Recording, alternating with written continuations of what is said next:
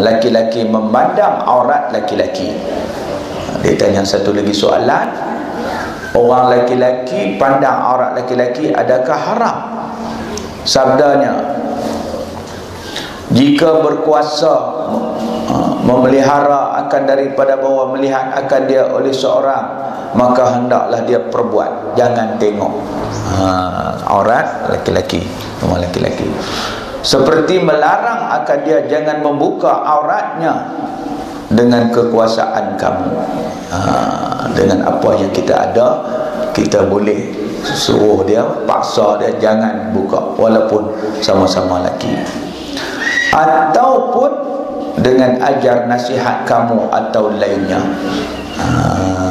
Tak boleh tengok ada kawasan yang dihadkan laki-laki sama laki-laki, iaitu pusat dia sampai lutut dia. Kemudian kata laki-laki yang tanya Nabi lagi, dan bermula seorang laki-laki itu ada ia sunyi daripada orang yang tidak, daripada orang, tidakkah boleh ia bertelanjang membuka auratnya? Ni ukur duduk seorang pula, siapa tak ada duduk dalam rumah seorang-seorang. Jadi boleh tak dia buka aurat dia? Saja-saja buka. Sabda Nabi SAW, maka Allah Ta'ala melihat ia tiada apa suatu pun yang mendinding, maka mustahak dimalukan daripadanya. Mustahak dimalu tu maksud tak wajib lah. Tak wajib, boleh. Kita nak duduk di rumah tak pakai apa, tapi syarat seorang-seorang. Nak turun menarah depan rumah tak pakai apa. Tapi tengoklah, tengok tempat yang khalian, yang sunyi. Kalau lagu ni tak boleh, orang duduk lalu tengok maklum ni duduk menebah tak pakai apa. Apa kena orang pun heran. Tak lagi orang telefon balik polis. Kalau tempat tu sunyi, tak ada siapa, boleh buka aurat. Tapi kan malu ke Allah tu lebih utama. Allah melihat kita, tak elok tutup jugalah sebagai warak kita dengan Allah Subhanahu wa taala. Kan lagi satu yang kita baca bab salam tu kan, pasal apa Rasulullah suruh gunakan assalamualaikum, walaupun boleh kata assalamualaika. Kita jumpa seorang sama seorang kan, sepatutnya assalamualaika. Ka tu untuk seorang, kum ni untuk ramai, jamak. Wahai kita bagi salam kat seorang je, assalamualaikum. Kita jumpa kawan-kawan, wahai dia seorang je. Sebenarnya kamu ni ramai, sebab ada di kiri kanan dia dua malaikat, raqib dan atid. Jadi kita bila bagi salam ni makna bukan kat kawan kita, kita bagi salam kat kiri kanan dia sama. Malaikat tu pun pakat jawab. Tu yang kita baca tu kan. Nabi suruh kita guna assalamualaikum. Maknanya dua-dua orang ni duduk di kiri kanan malaikat. Tak malu ke mereka duduk tengok kita? Jadi sebab tu walaupun harus, hukum dia harus, kita bila bersunyi-sunyian tidak ada siapa manusia tengok, boleh buka aurat kita. Tapi Nabi kata malu kepada Allah itu lebih utama. Allah nampak segala-galanya. Kata Abu Isa At-Tirmizi, bermula hadis ini hadis hasan. Kan hadis awal kita dalam bab ni. Kita tengok masalah 200 yang main kepada kita. Aurat itu apa? Apa dia yang kata aurat? Dia nak cerita lah bagi kita faham. Lagi orang kata aurat kot, aurat ni kot ni aurat ketin, aurat ni kan adakah yang tu aurat? Dia lain. Ni dipanggil aurah, bukan aurat. Aurah makna kawasan yang diharamkan dilihat oleh orang-orang yang tertentu. Kalau aurat tak apa, kita tutup aurat ni tak nampak. Sebab tu kan, tutup aurat saja ketat itu tak memadai, sebab aurah tu dia termasuk kulit kawasan tu, termasuk bentuk badan kawasan tu, dikira aurah. Macam kita pakai baju ketat tu tutup semua, jubah, tapi jubah hafid ketat, dia berjalan nampak 35, 40, 85. Lagu mana tak tahu, saya pakai sebut lah. Pergi pakai jubah, tudung labuh, tapi kata orang ni tak tutup aurat. Sebab aurat bukan sahaja badan, tapi bentuk, nampak bentuk kan, juga dikira aurah. Nanti kita jumpa apa dia aurah itu. Kata syarah bagi Ihya Ulumuddin, kitab Imam Ghazali, bermula aurah itu iaitu suatu yang dikeji akan dia, satu yang dikeji akan dia apabila dizahirkan, ditunjuk kepada orang-orang yang tidak sepatutnya. Dan juga dikatakan aurat atas barang yang wajib menutupnya di dalam sembahyang. Itu senang nak faham. Yang kata aurat, kawasan yang wajib ditutup ketika sembahyang, sama ada laki-laki maupun perempuan. Lagu tu kalau ikutnya kita orang pakai telekung di mana, tapi tak apalah, kita ubah daripada telekung tu kepada pakaian kita lah ni. Tapi kena macam tu, tak boleh nampak warna kulit, tak boleh nampak bentuk badan.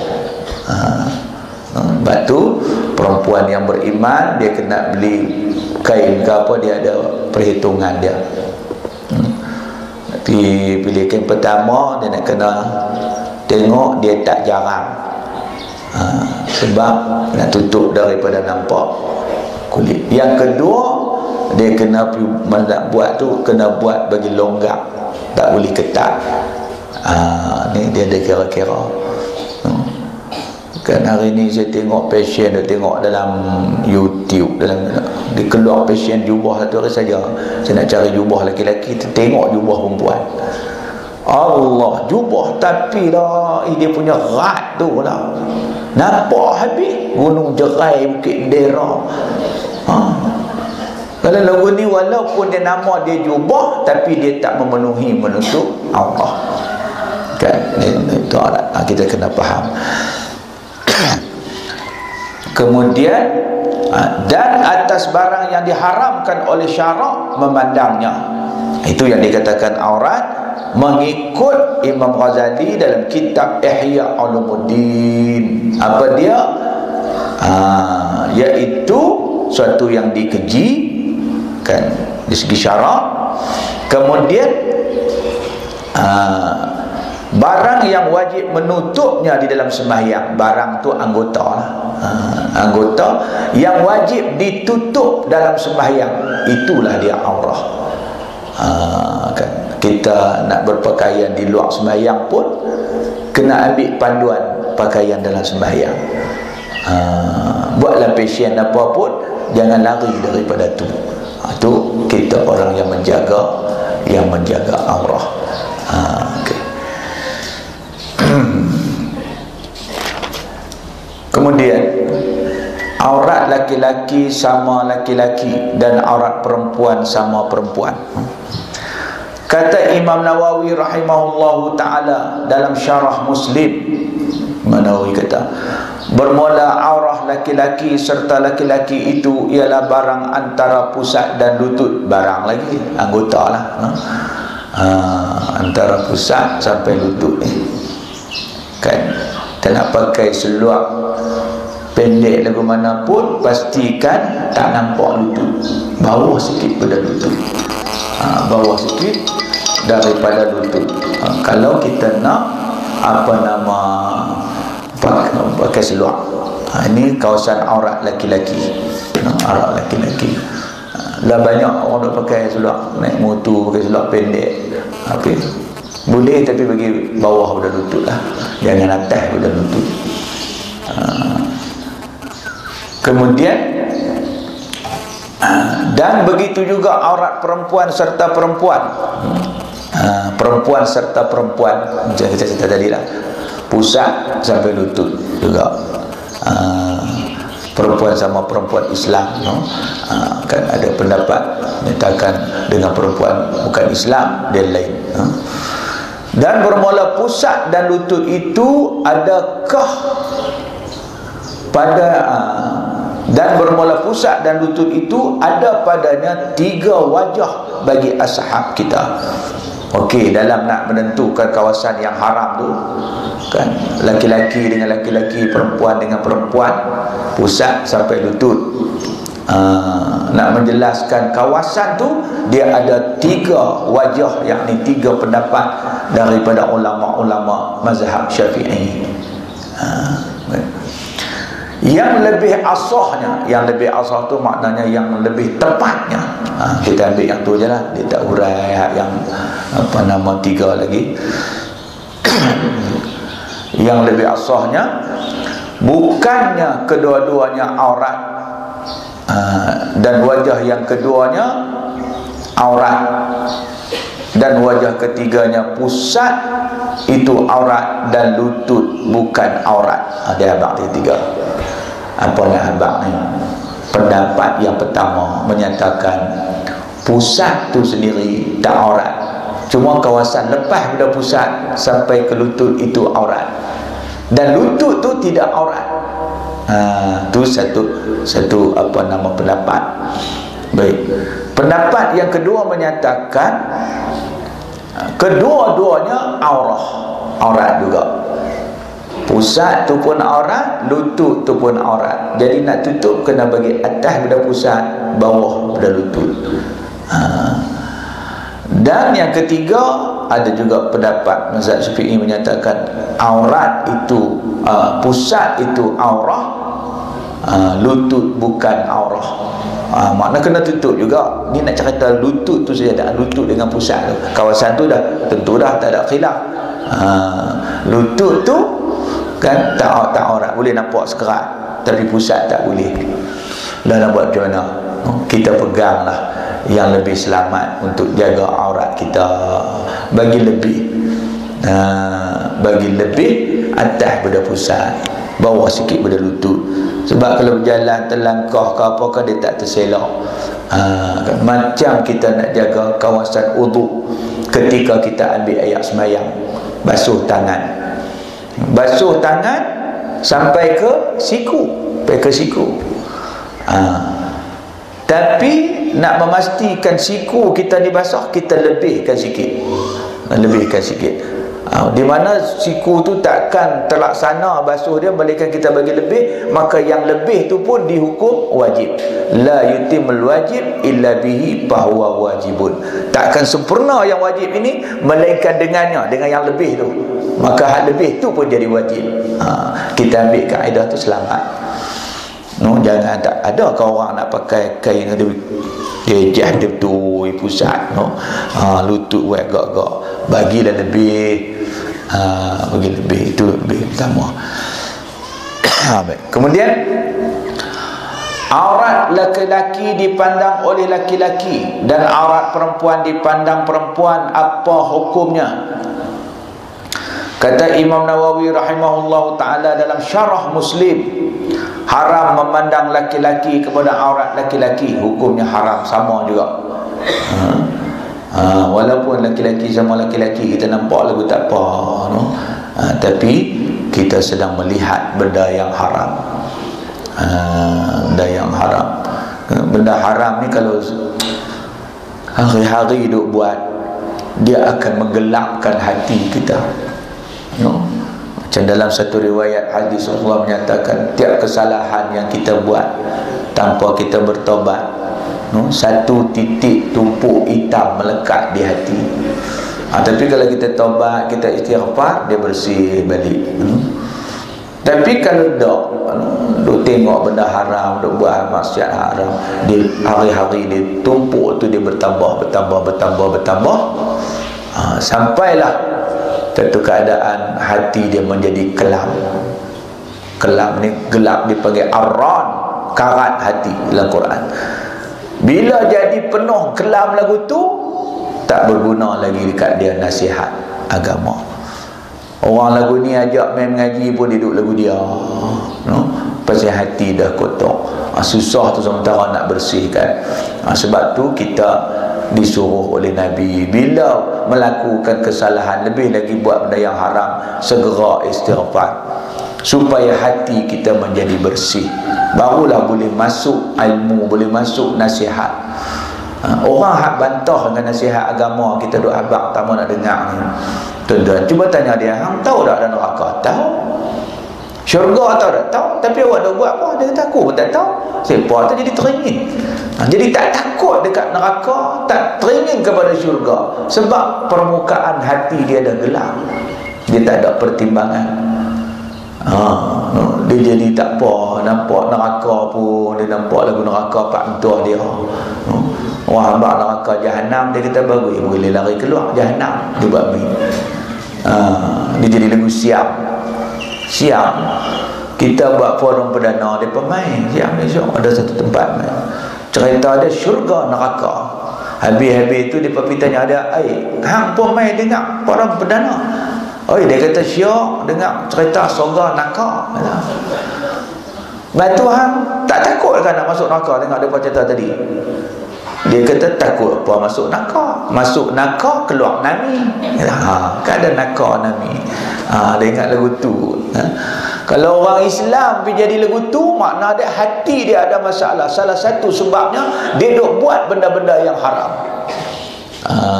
Setiap hari tak pernah berhenti, tak pernah istighfar, tak pernah bertaubat, maka seluruh permukaan hati dia menjadi gelap. Arran disebut dalam Al-Quran, karat hati. Waktu ni tuan-tuan, nasihat tak guna lagi dah, tak boleh masuk hati dia, tak boleh fikir. Jadi sebab tu kita kena jaga. Antaranya memandang aurah yang diharamkan. Walaupun laki-laki kepada laki, hukum dia haram, kata dalam syarah Muslim, kata Imam Nawawi rahimahullah ta'ala. Dan haram perempuan memandang aurah perempuan, pun serupa, perempuan dengan orang perempuan sama-sama perempuan. Macam juga laki-laki dengan laki-laki. Dan haram memandang perempuan, dan haram memandang perempuan kepada aurat laki-laki dengan ijma'. Ijma' ni seluruh ulama' lah. Tak ada satu qaul pun yang dikatakan halal melihat haram memandang perempuan kepada aurat laki-laki. Orang perempuan tengok aurat laki-laki pun haram. Tidak ada pengecualian. Ijma' ulama memutuskan gitu. Maka bermula haram ini pada hak yang bukan orang dua laki-laki, isteri. Kisah isteri tak ada tempat yang haram lah. Dan penghulu dengan hamba sahyanya, tuan dengan hamba dia yang perempuan. Adapun orang dua laki isteri, maka harus bagi tiap-tiap daripada keduanya memandang kepada aurah taulannya. Laki bini ini harus hukumnya semuanya, melainkan kemaluan sendirinya. Haram. Yang lain harus, yang tu ditegahlah, dia tak sebut di sini haram. Maka padanya 3 wajah bagi ashab kita, bagi Imam Syafi'i melihat kemaluan sendiri. Ada 3 wajah. Yang lebih asahnya bahawa ia makruh bagi tiap-tiap seorang daripada keduanya memandang kemaluan taulannya. Suami pergi tengok isteri, isteri tengok bini, boleh, tapi hukum dia makruh. Makruh. Jangan duk marah lah, jangan duk kelih. Sebab makruh ni, kalau kita tak tengok dapat pahala, tengok tak dapat apa, dosa pun tak. kan. Yang lebih marah pula, ambil pok hang ni galak duk teropong tengok apa. Makruh tidak balik dengan dia ni, makruh. Boleh pergi kata ke orang tua tu makruh, yang duk jamu ayam asam apa nama bawang apa jamu dia tak apa. Itu makruh juga. Tak apa, tengok je lah.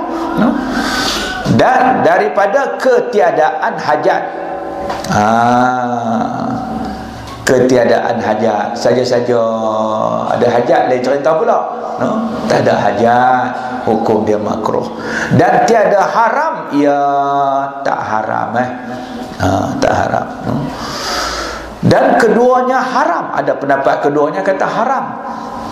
Atas keduanya tak boleh tengok ni ketat sikit.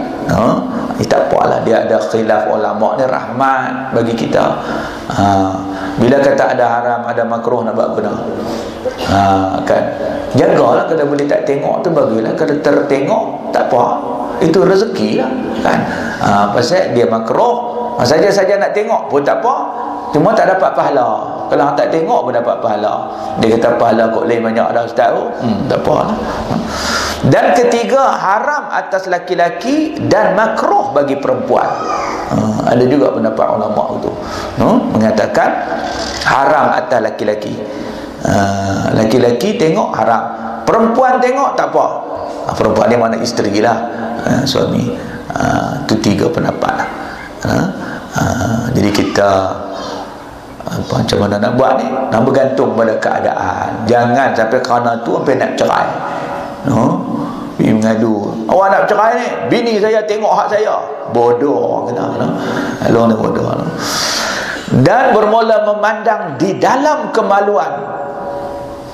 Perempuan itu lebih-lebih sangat makruhnya. Kalau ikut pendapat ulama yang kata makruh tadi, makruh yang lebih. Makruh yang lebih itu makruh apa? Makruh tanzih.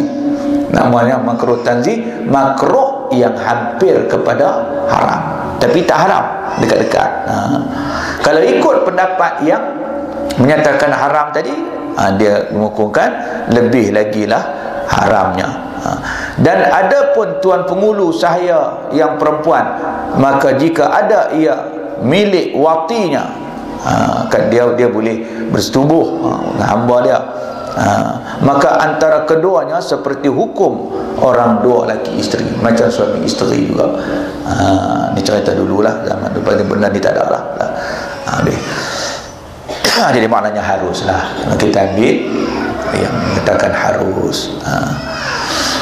Dan jika adalah diharamkan atasnya dengan sebab seperti saudaranya yang perempuan, atau mak saudaranya, atau saudara perempuan bagi ibunya, atau dengan sebab susu, atau berambil-ambilan seperti ibu isteri, itu cerita ni dah keluarga, dan dengan perempuan dan isteri anaknya, maka iaitu seperti barang apabila ada ia merdeka.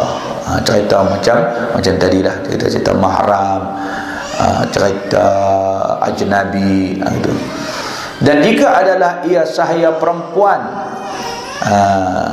bangsa majusi atau yang murtad, kan, atau